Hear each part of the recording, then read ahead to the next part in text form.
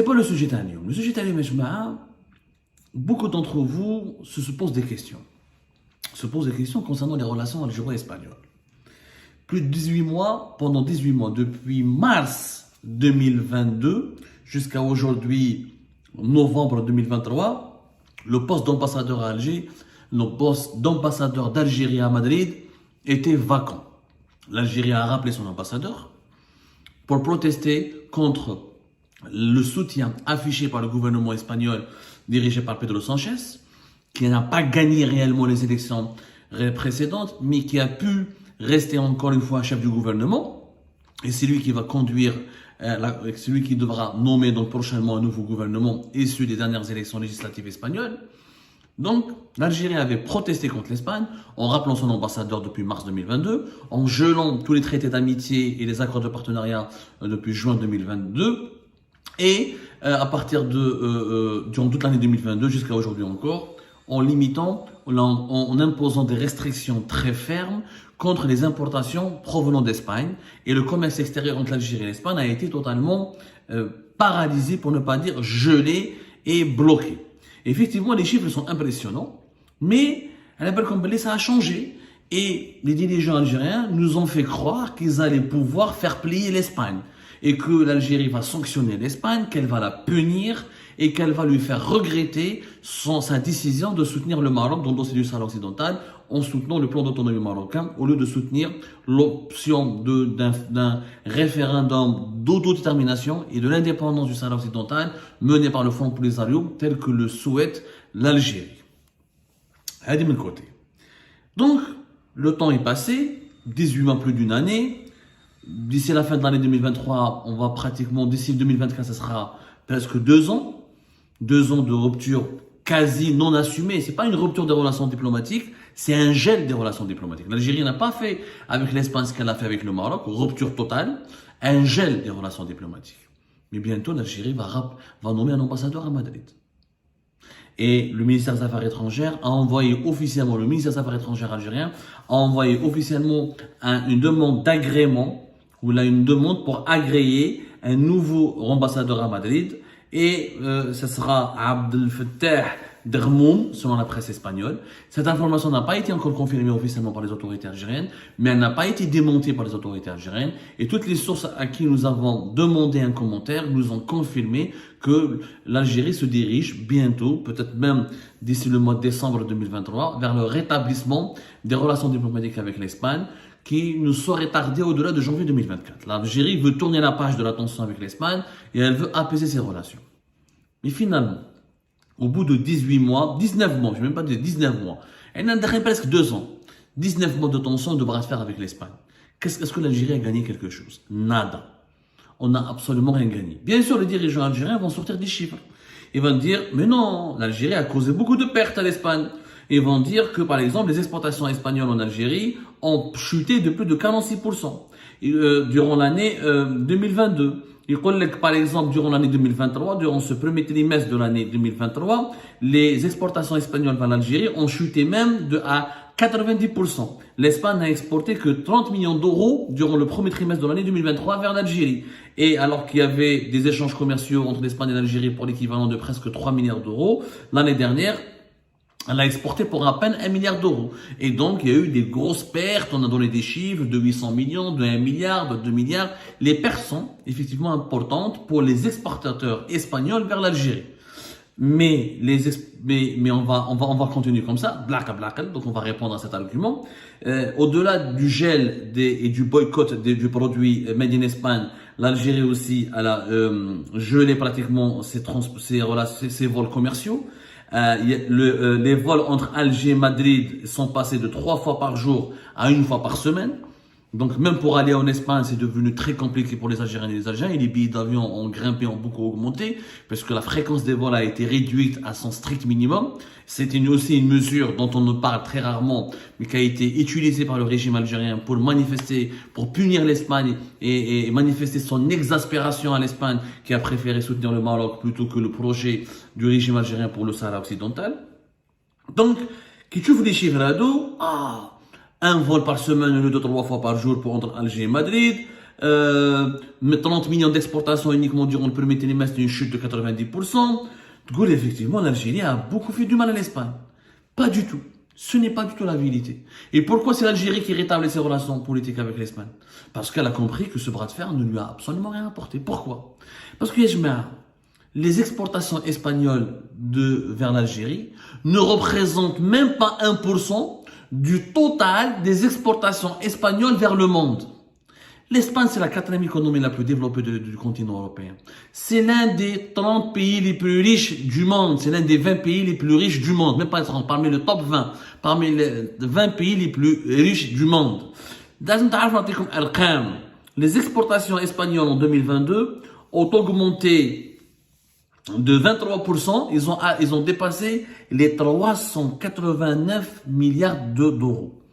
389 milliards d'euros. C'est énorme. 300. Et que pèsent les 3 milliards de dollars ou les 3 milliards d'euros que l'Espagne a exporté vers l'Algérie? 1%.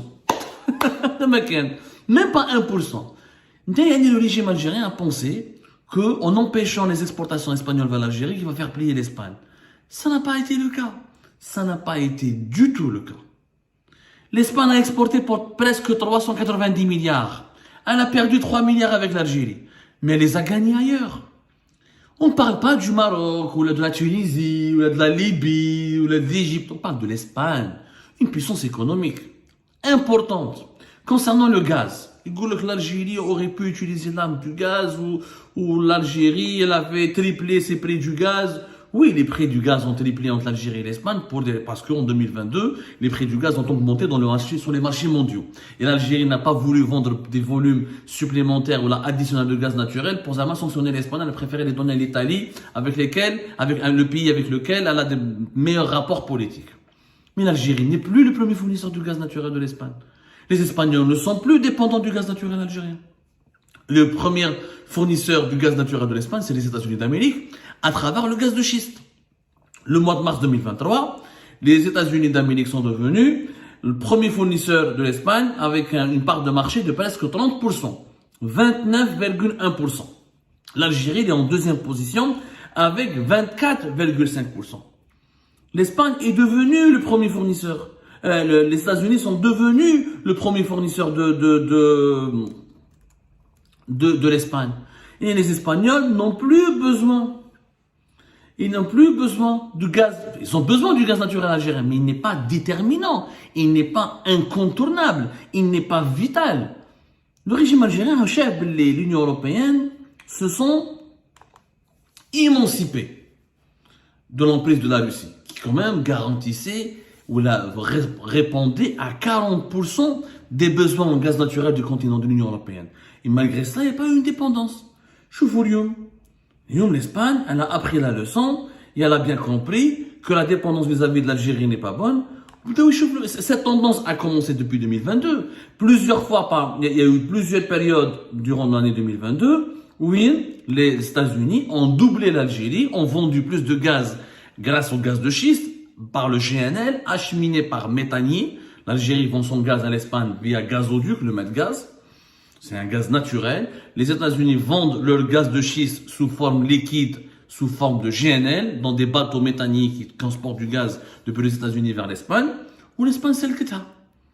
Donc, ما يخسر والو اللي يقول لك بلي الجيري وتقدر دير وما لا باليش كاش منها يا جماعه كاش منها باش نفهموا مليح. Durant le premier semestre de l'année 2023, l'Algérie est restée l'un des fournisseurs principaux de l'Espagne en termes de gaz naturel, mais les États-Unis d'Amérique talonnent l'Algérie. Il y a des mois, plusieurs fois même, les États-Unis d'Amérique ont vendu plus de gaz à l'Espagne. Plus de gaz à l'Espagne que les États-Unis d'Amérique. Il y a des mois où l'Algérie il y a des mois où mais les Espagnols ne sont pas dépendants du gaz naturel algérien dans les proportions qui sont définies ou déterminées par le discours officiel des dirigeants algériens.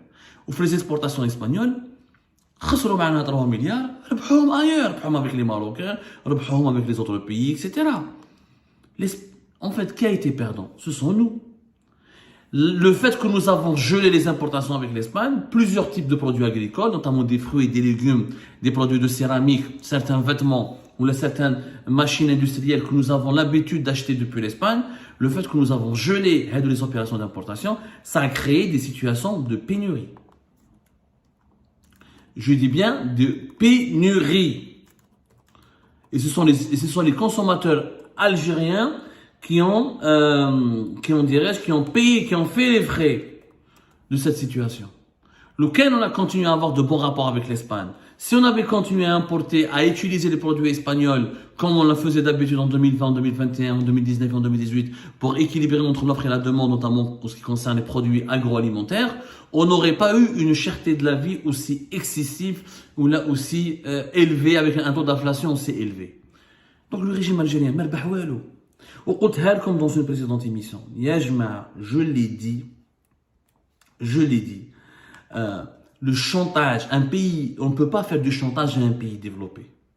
L'Espagne, ça reste un pays développé. C'est pas les États-Unis, c'est pas le Japon, c'est pas une puissance comme l'Allemagne, mais ça reste un pays développé. Ça reste une économie qui est prospère.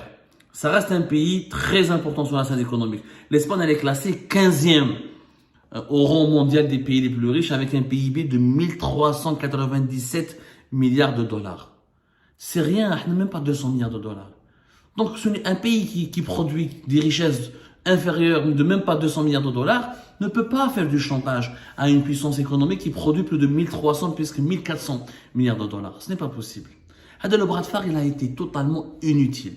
Et maintenant, le régime algérien est contraint de rétablir ses relations avec l'Espagne parce que de un, c'est un partenaire économique important et que les importations espagnoles sont vitales pour équilibrer, pour répondre à certains besoins des consommateurs algériens. Et de deux, c'est un marché qui reste important pour l'Algérie et pas uniquement pour son gaz. Si on veut diversifier notre économie, on doit exporter vers l'étranger. Le pays le plus proche, c'est l'Espagne. Tu vas pas exporter à Taïwan ou à Hong Kong alors que tu as le marché européen qui est à côté de toi. Et le pays européen le plus proche de nous, c'est l'Espagne, qui est géographiquement plus proche de nos côtes que la France. الغلطة اللي درناها مع اسبانيا غلطة كبيرة qui témoigne de l'amateurisme, la nervosité, l'agressivité, la brutalité que nous utilisons dans notre comportement quotidien et qui rend notre caractère si célèbre à travers le monde. On l'a transposé dans nos relations diplomatiques et dans nos relations et sur la scène géopolitique mondiale, et c'est ce qui nous a conduit à faire des erreurs. On ne se comporte pas avec les États comme on se comporte avec nos amis, avec nos voisins, ou avec nos femmes, ou avec nos enfants en Algérie. Les États, notamment les puissances occidentales et les puissances mondiales, ce sont des partenaires beaucoup plus rigoureux, beaucoup plus disciplinés, beaucoup plus solides que nos relations personnelles.